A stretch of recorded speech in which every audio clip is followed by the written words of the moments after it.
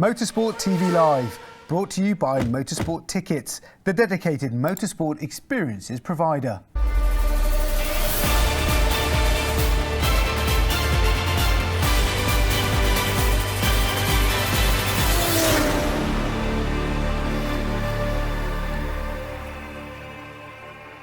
Hello and welcome to Motorsport TV Live with me, Bryn Lucas, bringing you all the latest stories from around the world of motorsport. There's a surprise exit in the WRC as Hyundai principal Andrea Adamo steps down. Porsche revealed that interest from F1 would influence its Formula E future, and former F1 world champion Villeneuve likens the Hamilton-Verstappen battle to rental karting. All those stories and more coming up here on Motorsport TV Live.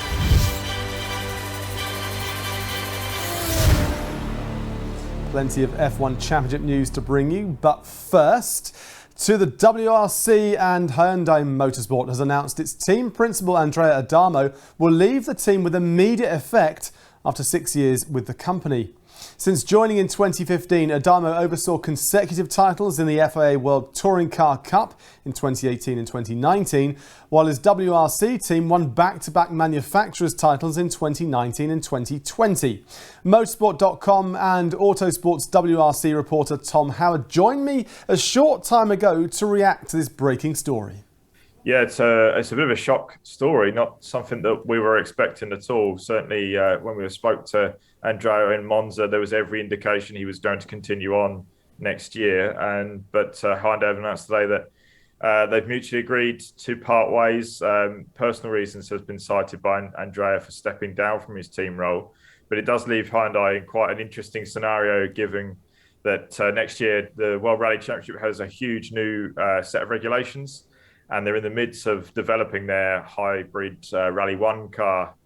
So there's plenty of work going on, and a change of team principal at this stage surely won't be a help for the team. Yeah, but he overlooks World Rally. He also overlooks WTCR, Pure ETCR, and also the customer racing as well. So it's a big role that he was looking after. Citing personal reasons, does that indicate burnout, maybe? I'm not really sure. I mean, he was under pressure, certainly from the World Rally Championship side of things this year. They had the fastest car, but it was unreliable at times, and they threw away a couple of victories. So he was definitely under pressure during the year. But there certainly wasn't any indication that he was giving up or anything. He's very much, never give up attitude from Andrea, very strong character. And I think he'll be missed because he really motivated that team to success. And let's not forget, certainly the rally side of things, they won the manufacturer's title in 2019 and 2020. And also in World Touring Car Championships, they won in FIA, WTCR, they won a couple of titles in 2018 and 2019. So he had a very successful tenure in many regards, but this season in WRC, he certainly was under pressure. As to what has made this call, it's a bit unsure at this point in time, but I think he'll be missed from the paddock. I think when you look at next season in the World Rally Championship with no Ogier as well for the majority of the season, you think it'd be a really good chance for Hyundai to really step it through, taking one of the big champions over the last number of years out of the equation with Ott Tänak staying at Hyundai. So for them, what do they do moving forward? Who's going to fill that role in the short term? And are they looking to have somebody come in longer term to take over that entire role? It's actually a really interesting situation for Hyundai because they were the last of the three teams to get the green light for the WRC hybrid regulations. So they have been playing catch up on their rivals Toyota and M Sport. And yes, there's definitely a gap for them to race to reach their rivals at the moment. So they'll be having to push extremely hard and probably won't be, they really don't need this at this point in time, I would say. The Hyundai president of the entire company, Scott No, has taken the role on an interim basis, but there is no indication as to when or who will fill that position that Andrea has left or departed at this point. So it's going to be a real difficult time, I would say, for Hyundai because they were already playing catch up, and now it looks like they'll be playing a bit more. Yeah, not ideal. There was a quote from Andrea. He said, "It's time to reflect on a relentless and successful period of my career, one full of high points, happy memories and titles." What's for him next then? What's he going to turn his attention to? who knows? But he's a real rally man through and through, probably one of the most passionate in the paddock. So I think it'd be hard to not see him involved in the sport somewhere down the line in the future. I don't think he's a man that will just go off into the sunset. This is a real motorsport person. I mean, there's no indication as to yet what he will do, but I'm pretty sure he's going to be back at some point in some other role somewhere. It's going to be intriguing, isn't it, see if he pops up at another team. Now, we got some good news, didn't we, just a couple of days ago about Thierry Neuville and Martin Videga, who have both been released from hospital after that pretty big crash that they had in testing in France. What can you tell us there? Yeah, of course, this Andrea Adamo announcement comes just a couple of days after a really big accident for Thierry Neuville and Martin Videga testing the Hyundai WRC car for next year. It was a really sizable accident, certainly from the pictures that have been circulating on social media. They were very lucky to escape with the relatively small injuries that they have. Martin was they were both taken to hospital. Martin had suffered an injury to his shoulder. He's undergone surgery on that injury now, and today confirmed that he should be healed within 4 weeks, which would mean he'll be able to join Thierry for the Monte Carlo Rally season opener in January, which is great news because that's the last thing they'd need. Certainly with the situation going on at Hyundai at the moment, not having a co-driver for Thierry would be an extra problem. So it's really good news to see Thierry and Martin get out of that relatively unscathed, because that was quite a frightening incident. So it was one thing for a driver, isn't it? They're in control of the car, in inverted commas there, but for the co-driver, they are literally a sitting duck when it comes to these sort of collisions. So for Martin, has he got to get over not just a physical injury, will be there a psychological side of it as well?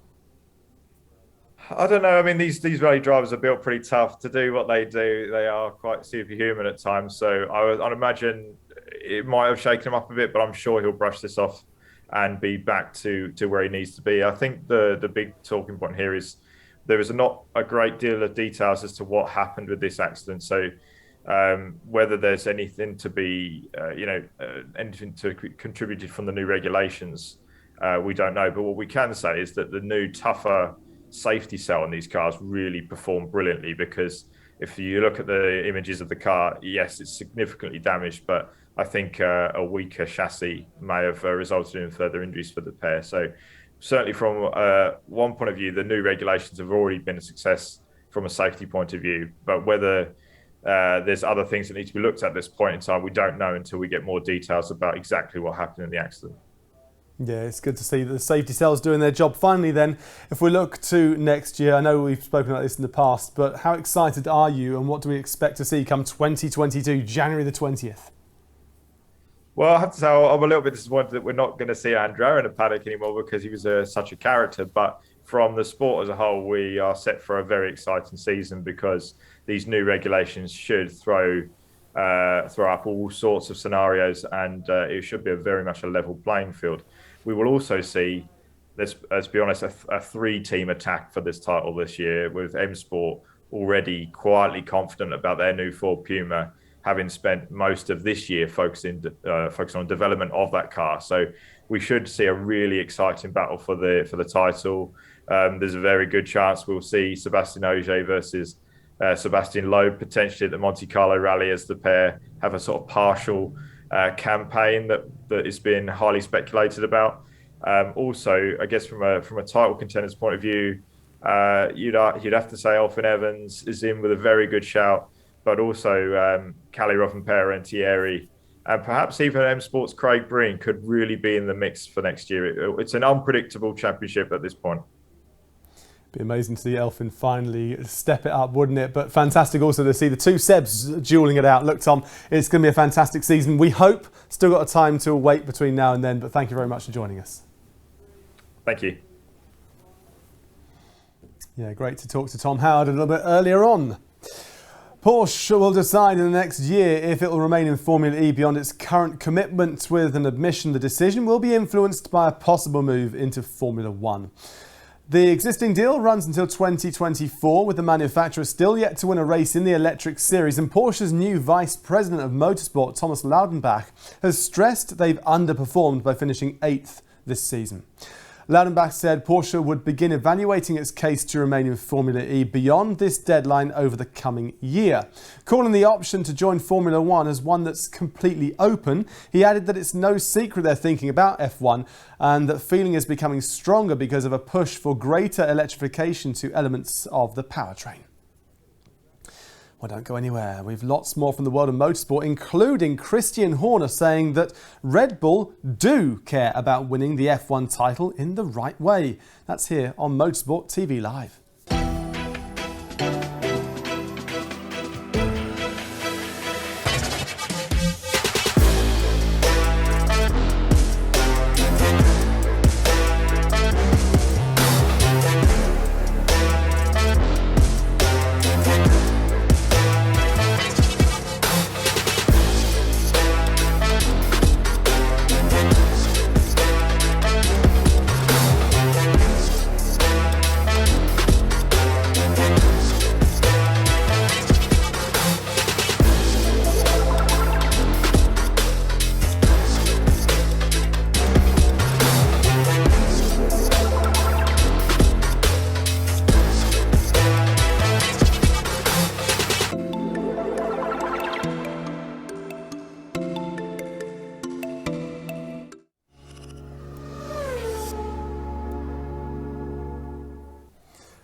Action there from the Brazilian Stock Car Pro Series, and you can see the season finale live this weekend on Motorsport TV, qualifying for which begins at 10 to 4, that is 15:50 on Saturday GMT. Red Bull team boss Christian Horner insists Red Bull does care how it wins the Formula One World Championship amid fears of dirty tricks could ruin the Abu Dhabi showdown. Tensions between the Mercedes and Red Bull teams reached new levels after several incidents on track last weekend, but Horner is adamant that his team wants to win the title in the right way, saying, "You want to win on the track, not in the steward's room, not in a gravel trap. You want to win it properly." It's been a tough fight all the way through the year. There's been some fantastic racing between these two drivers, and I hope that it's a fair and clean race in Abu Dhabi. While Red Bull has seen Hamilton cut down Verstappen's points advantage with 3 consecutive wins, Horner insists his team is not downbeat at momentum, appearing to be with its rivals, saying they would have taken being in this position at the start of the season. Well, Lewis Hamilton had no warning that Max Verstappen had been asked to let him by, according to Mercedes trackside engineering director Andrew Chauvelin. The Dutchman slowed in an attempt to let Hamilton by before the last corner so that he could gain DRS and potentially repass immediately afterwards. However, Hamilton made contact with the rear of the Red Bull, with Chauvelin now revealing that the Mercedes had no prior warning that Verstappen might try to let him by and had no way of knowing which way Max was going to move. Having looked at the data, Mercedes have seen Hamilton was on the braking limit already at the point of contact and had done all he could to avoid a collision. Well, the battle between Lewis Hamilton and Max Verstappen has everyone talking and has caught the attention of the 1997 F1 champion Jacques Villeneuve, who described the recent coming together in the Saudi Arabian GP as rental karting. The Canadian has also questioned whether the sport is becoming too much of a Hollywood show. Speaking to motorsport.com, he said, "Everything was wrong, so I'm not sure what to say. It's hard to stay neutral. It's hard to give a comment on what happened every time and be perceived as being neutral. You'll always be perceived as taking sides, and that's when it becomes a bit too much." Well, last weekend marked the first race since the passing of legendary team owner Frank Williams, with Villeneuve adding that his former boss would have turned in his grave watching some of the antics of the current team principals. McLaren boss Andrea Seidl has backed a call by Lando Norris for a change to Formula One's red flag rules following last weekend's Grand Prix. Norris was one of several drivers near the front of the field who pitted after a safety car, which quickly turned into a red flag situation to facilitate barrier repairs. The stop dropped Norris from 6th to 14th, as those who stayed out were able to benefit from a free tyre change. After the race, the Brit called for the stupid rule to be changed, and his team boss agrees it should be reviewed, saying it's not fair in its current form. Despite the frustration, Seidl was encouraged by the Jeddah result after a disappointing run of races, with Daniel Ricciardo securing a solid 5th place. Well, that's all for now. I'm Bryn Lucas. Join us again here on Motorsport TV Live for all the latest news from the world of motorsport. Bye for now.